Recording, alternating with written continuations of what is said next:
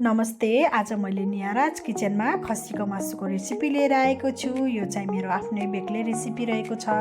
मैले चाहिँ आगोमा कसरी पकाउने भन्ने गइरहेको छु।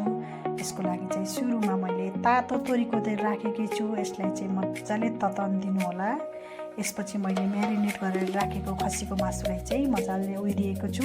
मैले चाहिँ 3 घण्टा अगाडि सबै मरमसला हालेर मोलेर फ्रिजमा राखेर म्यारिनेट गरेको थिएँ र यसलाई राखेर मजाले चलाउनु होला।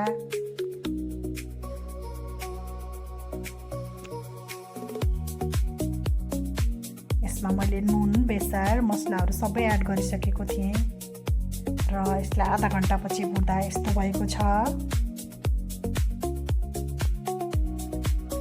मजाले आगोमा खरिने गरी भुट्नु होला। यसलाई चाहिँ पक्कु पनि भन्ने गर्दछन् र म तर पक्कुको अर्को रेसिपी लिएर आएको छु।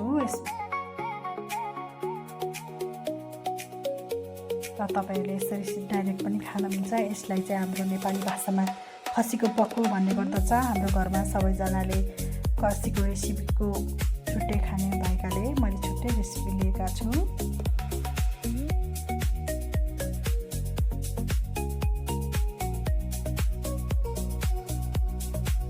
तपाईँले हेर्न सक्नुहुन्छ यो खसीको पक्कु रेडी भएको छ। तपाईँले यसलाई डाइरेक्ट खान पनि सक्नुहुन्छ, तर हामीले अलिकति ग्रेभी खाने भएका कारणले गर्दा मैले यसमा हल्का प्याज टमाटरहरू एड गर्न गइरहेकी छु। यसमा मैले एउटा काटेको प्याज एड गरेँ र यसमा 4-5 वटा पाकेको टमाटर पनि एड गरेँ। मैले नुन मसलाहरू सबै अगाडि राखेको कारणले गर्दाखेरि अहिले मैले केही पनि एड गरेन र मैले अलि कमल होस् भनेर 1 गिलास पानी थपेर फेरि पकाउन राखेकी छु। यदि तपाईँलाई ग्रेभी अलि ज्यादा नै खान मन छ भने टमाटर र मसला एड गर्न सक्नुहुन्छ। र यसरी आधा घण्टा पछि यस्तो भएको छ खसीको मासु।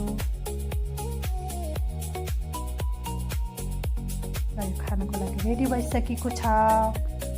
यसलाई तपाईँले भुजा अथवा रोटी जेसँग पनि खान मिल्छ। एकदम स्वादिष्ट भएको छ साथीहरू।